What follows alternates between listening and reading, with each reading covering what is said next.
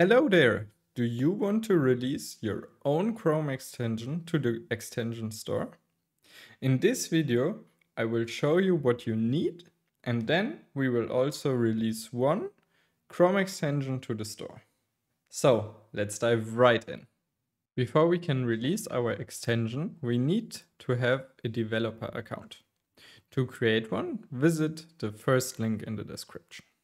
The account costs $5, and after you created it, you have to fill in your email and verify it.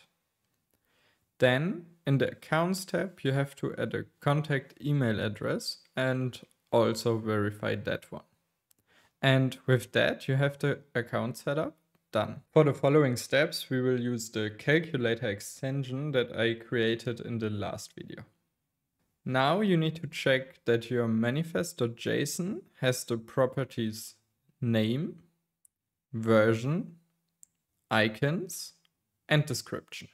Next, you need to create the following materials: a description, a store icon, and a screenshot.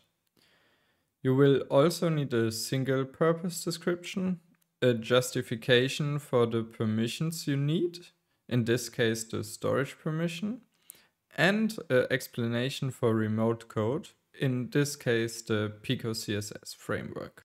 When we prepared everything, we can start with the release of our extension.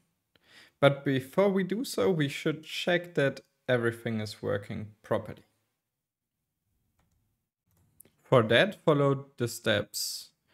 First, open Chrome ://extensions in your browser.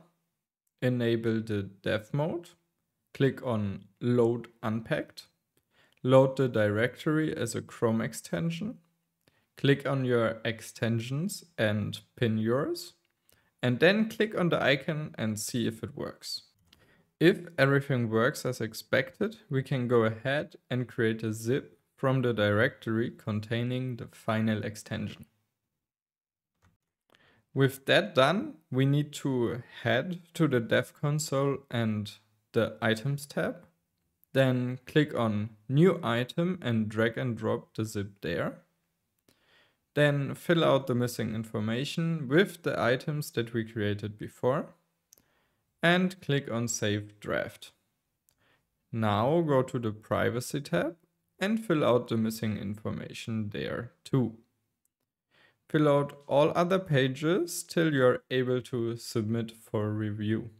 If this is grayed out, you can click on Why can't I submit to get detailed information on that. For me, this was in the Privacy and the Account Related tab. Then finally click on Submit for review and wait till it is published. With that, you created your first release of your own Chrome extension. After some waiting, it should be available in the Chrome extension store, and then you should be able to install it in your browser.